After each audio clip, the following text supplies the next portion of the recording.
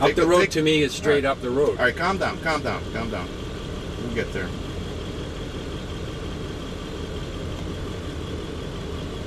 So you want me to veer to the left up there somewhere? Well, I'm trying to give you, because you can't see the street here, and I can't see the street. I'm trying to give you a land marker. There's a bridge in Buckman in front of us. Those two guys were jogging there. Bear left there. Okay.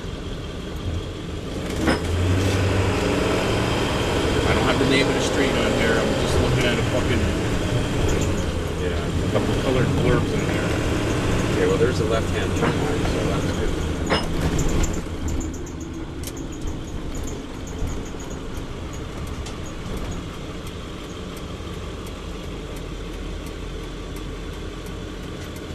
See, now, I'm not going to go by this thing. Now it's telling us we're somewhere else.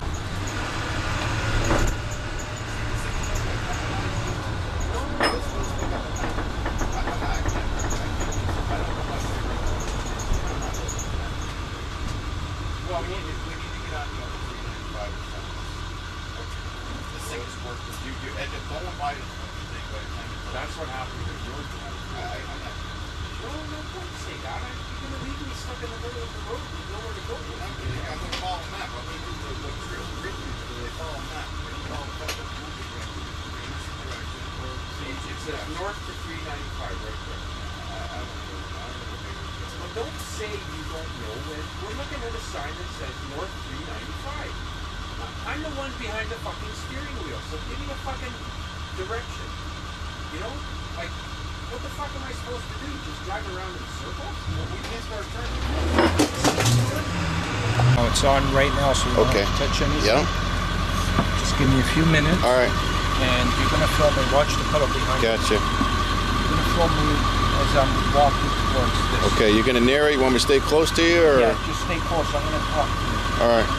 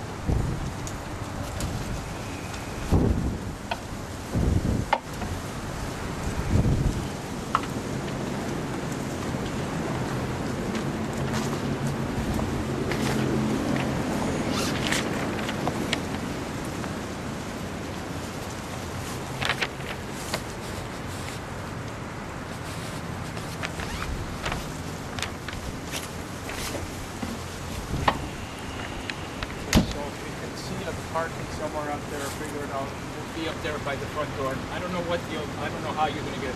You gotta turn around. I'll leave it up to you. This is the yeah. No, it's just, but the driveway said this building. Well, we'll figure. I don't know. So it's not that building over there. Right? According to the sign, it was this driveway here.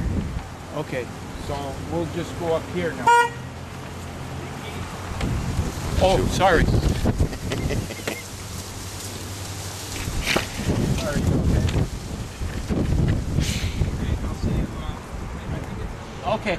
Okay, we'll see you. So I just kind of wanted to do this right now because this means a lot. Wait for the truck to go ahead.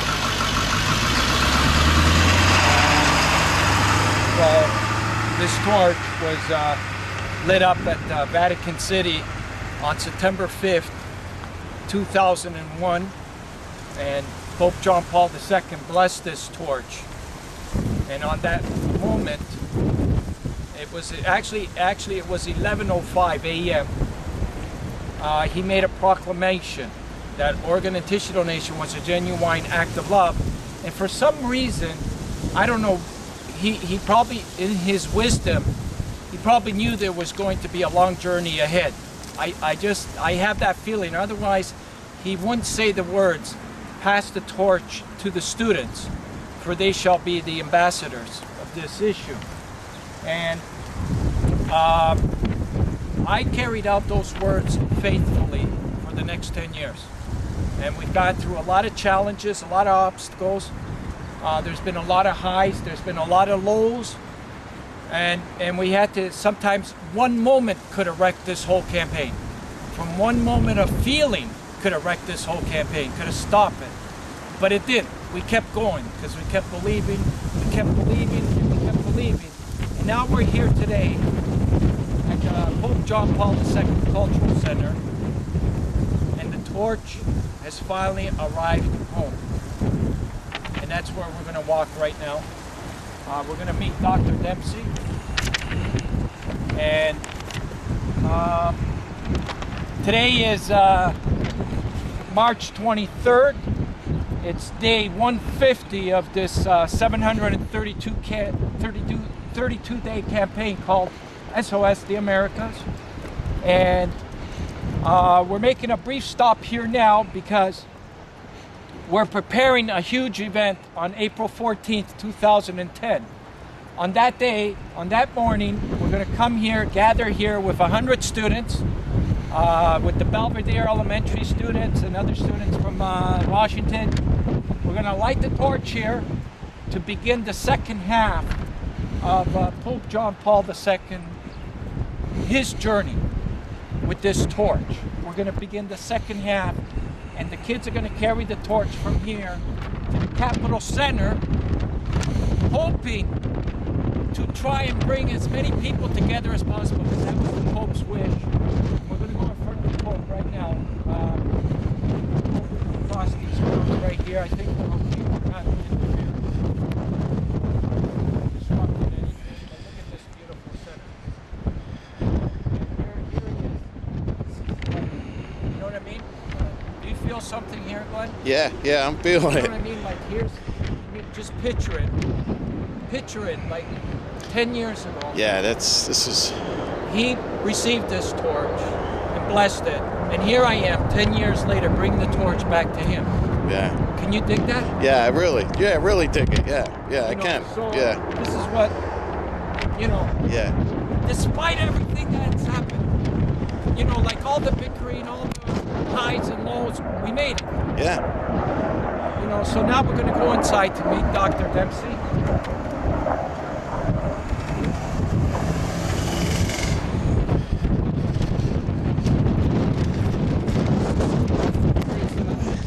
Pope John Paul II.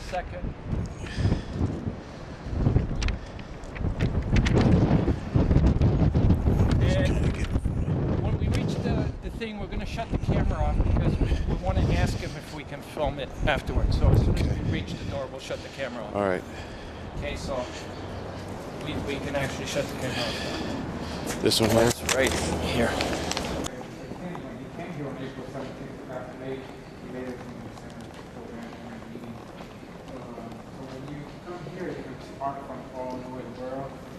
We have a large collection of gifts that were given to Pope John Paul by different world leaders.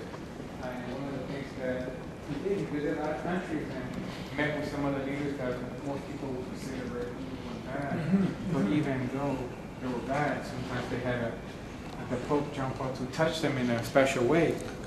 And when he visited Cuba in, I think it was 1980, Cuba dictator Fidel Castro freed about 200 political prisoners, and he also allowed people to celebrate that. Is it all right to take a picture in here, or I'm going to shut this off now? Are you sure? Yeah. Yes. Okay. You can All actually right. put it on video camera. All right, I have it on video. Oh, Yeah. okay. And then I just want to double check before I get any further in here. Yeah, you are.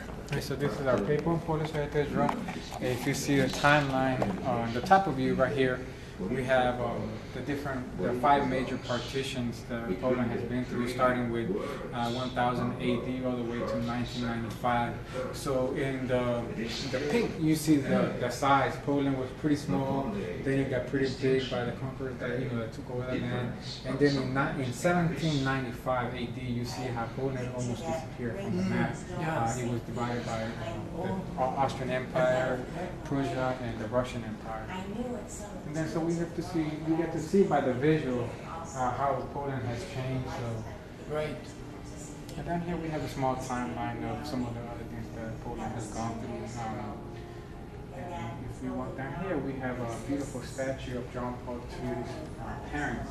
Okay. As we know, his dad was an army officer, and his mom died when he was a pretty young child. And as we walk along this Paper and Polish Heritage Room, we're going to see a display of photographs, a lot of them not seen by too many people outside of the John Paul II Center, and we can see different faces of John Paul II. Here we have John Paul II about age 1. Here we have him at about age 11. And here we have carrid second from the left in with his parish priest. Another thing that too many people don't know is that John Paul II also, here we have him in a military uniform in 1939. Could you spot him out? Okay, let me see. Try. Always look for the round face. I was going right yes, there. that's it. Okay. That is him. Yeah. Oh, really? And, yeah, good for I you. could see Pope John Paul II. Right You can see him right Yeah. there. And another picture that I really love is this one right here, where you see Pope. Past the first test. Past first test. You see Pope John Paul II with the youth. He was a magnet to attracting the youth. And here we have him in this beautiful serene setting with a river in the background.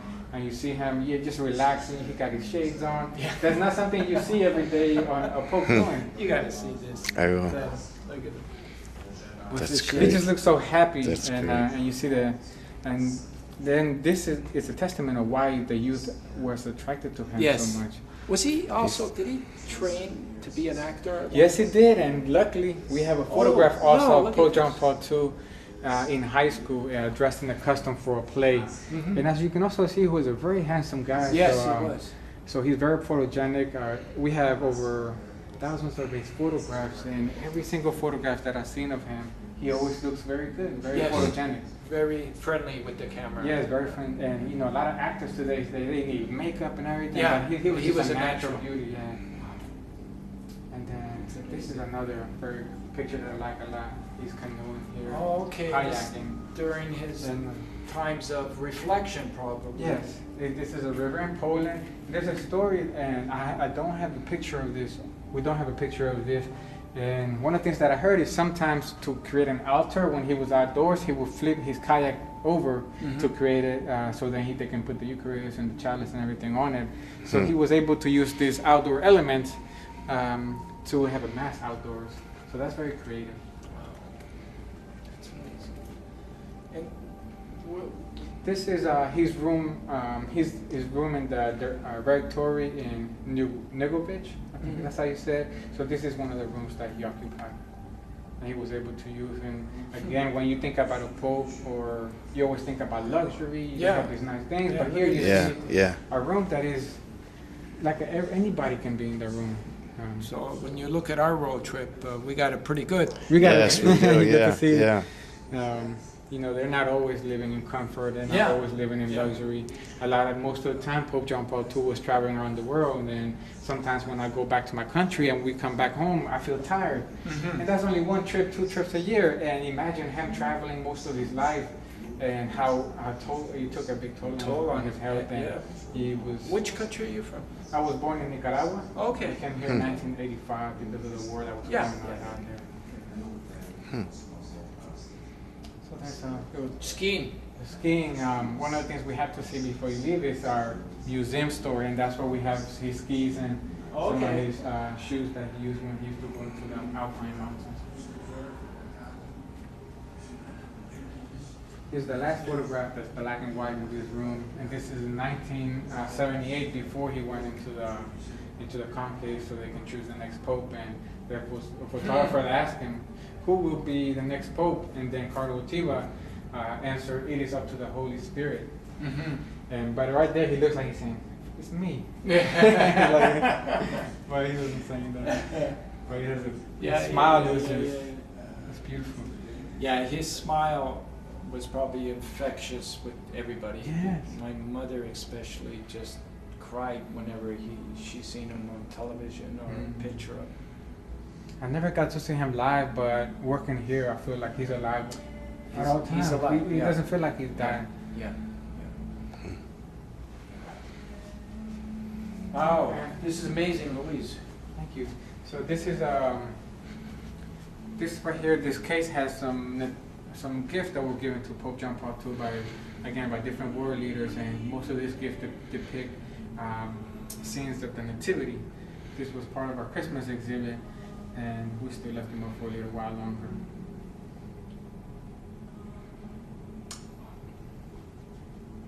Now, is this facility the biggest one for Pope John Paul II? It may be one of the biggest ones that we have. I think this may be the only one that we have with this sword that was dedicated to his legacy. To his legacy. I know there in is, the world. In the world, but I know they are working. Well, there are a lot of schools also that are dedicated to him. Yeah, I've seen it along the way too. Mhm. Like I've seen every. But I know they're creating one in Poland. I think as well. They're trying to model it after our facility here with some of the exhibits. As we walk by, we get to see some more of Pope John Paul II photograph. This whole wall is already him as Pope. So we get to see again different faces of the Pope. There you see him traveling. Even while he was traveling, he was always studying. Yes. And that's what makes me think that he was always a student of the faith. No matter how far in the hierarchy of the church you get, you never learn enough. And we never know Always all kept about his him. humility and his open-mindedness. Open-mindedness, because every day we can learn something new. That's right. And sometimes we, as human beings, we think that we know it all, especially as teenagers. We think we know everything. Well, especially after receiving all this acclamation, it's very difficult to get that kind of humility afterwards. Yes. So it's incredible, and this shows that it was a daily maintenance probably for him. And so here we get to see some more of his faces. He was very devoted to Our Lady Mary, and so this is a photograph that I like a lot. And this is John Paul II placing the bullet on the bullet that was used on his assassination attempt. Oh yes. So he's placing it in the crown of Our Lady of Fatima in Fatima, Portugal.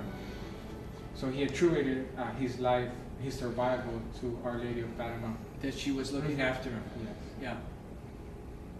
Amazing. Actually, I don't know if it's been recognized as a place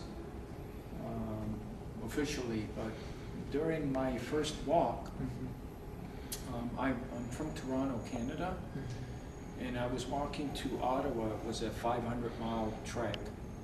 And midway, there's a town called Mamara, and it's still going through, I think, the process, but that's where Lady of Fatima was supposed to be. Up here, yeah.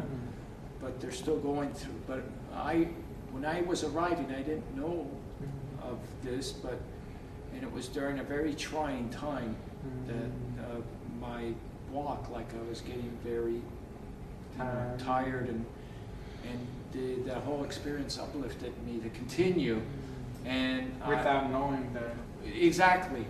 And so, because had I stopped, I would not be passing this torch to the Pope. Yeah. 6 years later. So So that was kind of like an affirmation, a confirmation. Yeah, and one of many afterwards too that happened. But that was one of them. Yeah. Oh, that's wonderful. Yeah. Well, another thing that is very humbling, it's one of the things that Jesus did to his apostles. And here we see John Paul II washing their feet. Pope washes the feet of 12 priests who are. And he's this is in his later years too. Like this is, I think he's probably 2003, 2004. It says like 2001. Oh, 2001, okay. Now that was just before I met him too. So we still see how humble he was. And here we see him with a world leader, the first president Yes. of Lee- Poland Lee after, Walesa, yeah. yes, after communist.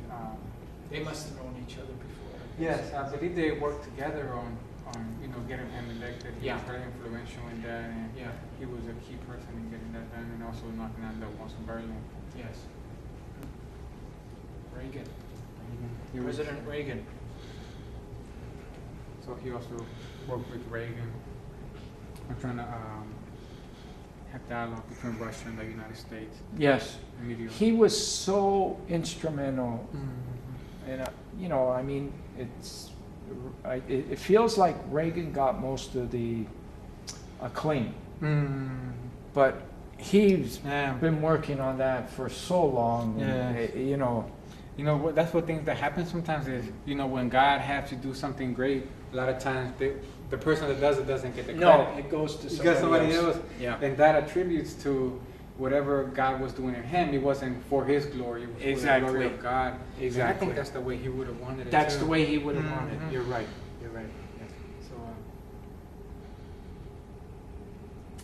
So as we keep going by, this is another photograph that to me, this is what makes him a saint. Mhm. Not the fact that, that makes him very credible, that makes him a great person. But doing this and reaching out to the poor and the sick and the disabled, this is what touches me the most about John Paul II, because everybody wants to meet a president. That's easy for people to try to be beside a president or king or queen. But when you put that aside and you go for the least of the people, where not because they're less, but what people would consider not too much. But he valued everybody the same, and here we see him with a loving face. You still see his face. It's just like with love, and also you see the little nun in the background. That's the I can see this man. It's great. Well, you're right. You're 100% right, because even with myself, I was nobody. Like I was, nothing. And then why would he ask, for us to bring the torch to him when we're not even that? You know what I mean? Mhm. Like that was the humility I felt Coming from him, yes. Yeah. But one of the things that the church teaches is that God does extraordinary things through ordinary people. So we're all, all of us aren't born in a rich family. All of us are born with everything that we need, and that's where God plays the biggest role, when He's able to provide us with ways to getting things accomplished that it will be out of our reach. Mhm. And I think that's why sometimes we don't, when we feel like giving up, God doesn't allow that to happen, because He gives us faith, like you. He gives you the strength to keep going, and He knew that your strength by itself wasn't enough. So that's why He stepped in and gave you the strength to keep going. You know what? I believe that. Yeah. And then one of the greatest things about the Catholic faith is forgiveness. Yeah. And here we have John Paul II presenting a gift to the mother of the assassin that tried to kill them. Okay. So that's his mom. We also had a photograph. I think we switched our photographs. So we did also we had a photograph on display of the assassin being embraced by Pope John Paul II. When he visited in his jail cell, he forgave him for what he had done and blessed him. Yeah. And that's a great example for us. Yes. It's a great witness to hold. Yes. Here we see him with the kids. It's a tradition in Poland, I believe, that kids get dressed up in these different costumes. So this is a celebration, and you see John Paul II smiling again with the kids, and the kids just being excited. It is still not only a distinction. Yeah, you see him as an outdoors coach, Sometimes being with his friend, just like a regular person. And even in his own, older age, he's still outdoors man. He never wanted to be inside. He didn't want to be sitting on his paper throne. He wanted to be outside, enjoying life and enjoying God, because I believe that he saw the greater outdoors as God's creation. It is God's creation, and you can see God in everything that He creates. Here we see. Here's another photograph I really like. You see him in Zambia in 1989. He's visiting again the least of the least. Sometimes we consider children. that are handicapped, but still, you know, he reached out to them, and he was just an incredible person. Like I say, even though I never met him, I never saw him live, his presence is so strong that he's just continues to live, and I think that's why he's going to become a saint in such record time. In such record time. Yeah. Throughout all my travels, everybody that I encountered, I believe I can say that the Pope was loved by almost everyone. Yeah. I really, you know, out of even people that don't like Catholics. Yes. Came, oh, I like that Pope. I like that Pope. You know, it always came out that way. It's like, you know, he just had this incredible appeal to everyone. You know he wasn't going to judge you. Yeah. You know he wasn't, and that's my testimony from millions of people that I've talked to along the journey, along this journey. They've all come out and said the same thing. I'm not afraid to say that this was blessed by Pope John Paul II and have to apologize. You know, I'm not afraid to do that. I'm not afraid to. I've said that there, you know, in a way that I understand that most of the world had the same feelings. They weren't looking at Catholics. They were looking at an incredible human being that all he wanted was love and peace throughout the world. And he's seen that through the children's innocence and their genuineness. That's very true. And I think what made him that way, like you said before, is how humble he was, and I think the Holy Spirit was just able to work its magic. Yes, work its magic. Do the embodiment of the Holy Spirit. Yeah, he exactly, because. So this is just we wanted to show people the way he was buried. Sometimes people don't know everything that goes into the burial of the Pope. So this is just So he's resting right now? Yes, he is. And he's resting in the back, and I'm not sure, in the crypt of St. Peter's Basilica. Okay. And this is the actor that you see. He's an actor that portrayed him in a movie called The Man Who Became Pope, sponsored by Hallmark.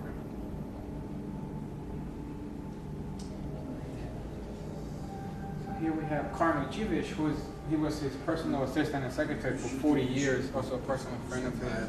He was also present when he got shot. We have a video here of a 50-minute documentary, The Life and Papacy of Pope John Paul II, and he was in the background. I just noticed him the other day being in the background of that. So he was with him through his good times and his bad times. We were also very blessed to have him celebrate Mass here. I believe it's in I don't know if you want to see the small, it's like a small video I'm just saying. It's kind of about 7 minutes long. 7 minutes. What time do we have, Glenn? Sorry. Do you have it? It should take more than an hour to get back. Okay, do you want to sit down and watch this? Okay. Is that okay? Yeah. Okay. What happened, you see the total emptiness, and that's death. And that's what happens when violence overcomes reason.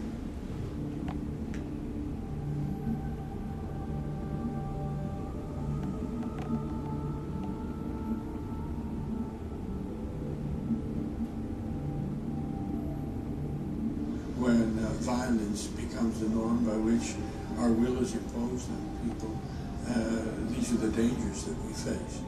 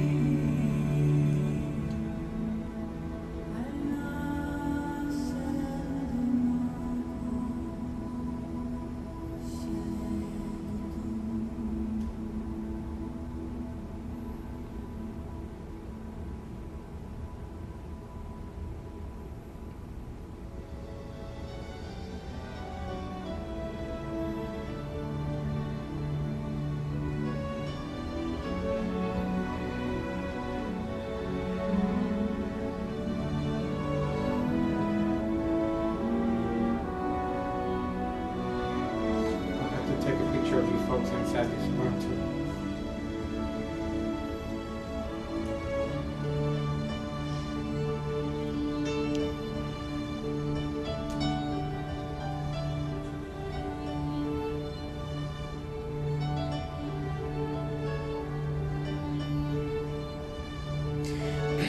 That thing that said at the last, reaching to all cultures to address the issues of the day. Do you have that written out someplace? I don't think so. Not that I can think of. Do you remember what it said?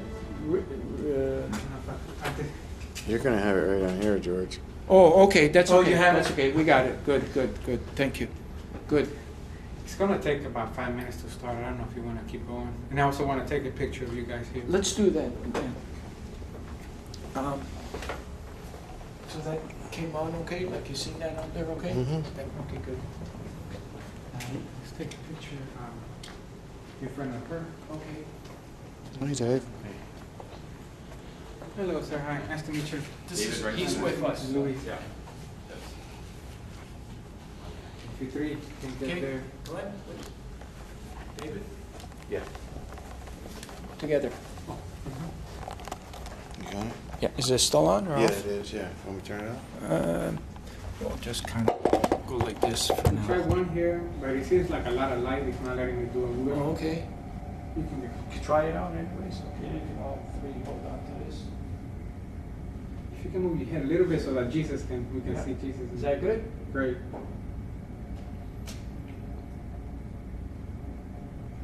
Now let's do one where there's not too much light.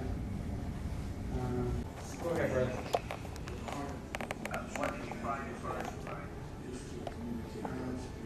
The little milk jug did not have a sign, and the other, it did have a sign, but it wasn't the actual label. It was just something that said what the thing was. It did not have a sign. Yes, brother. Yes, brother. You need to make them. Thank you. So this is a monstrance. And if you can see, the inspiration for this eagle was that the Polish flag that we see behind us is exactly the same. And this is that we use for recession and carry the Eucharist. And one of the things that we do that many museums won't do is we use some of the liturgical artifacts to celebrate Mass, like our chalices. We also use our patens to hold the Eucharist. So that's something very unique that we are able to do here. Do you guys have any questions about anything? You know, I kind of give you a walkthrough. No, I don't know if you heard, but Pope John Paul II was an actor as well. I heard that at one time. Yeah, let's show him that. Yes, I had heard that. Yes. Okay. So this is Pope John Paul II photograph as a young actor in a very full play. Picture not too many people have seen. And another thing that people don't know is that he was also, here we see him in military uniform. And we have another photograph of him with the shoes. Oh yeah, with the young people. He was an outdoor man all his life, and we can see why he attracted the young people is that because he enjoyed their youth and he became one of them.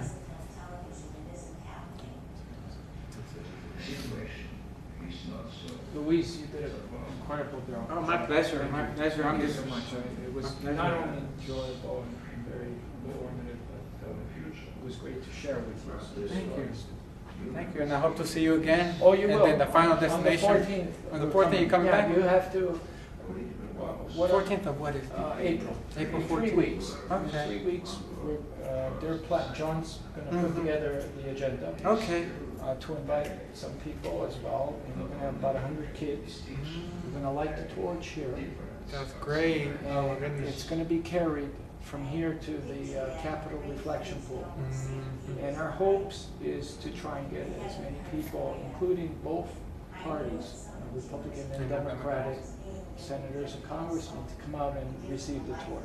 Oh, that's going to be wonderful. It That's will. gonna be historical It will. moment. Yeah, Try to get so- both of them to agree on something today. Yeah, even if it's just for 10 minutes. Yeah, yeah. You know, just to hold the torch for that 10, just to say, look, by you doing this, you're going to bring so much hope and power to people, and you're giving so much hope to those, especially 25,000 children. So, Oh man, God Yeah. is gonna bless this event. How much time do you folks have? well, right You're now, running? oh, well, no, we're doing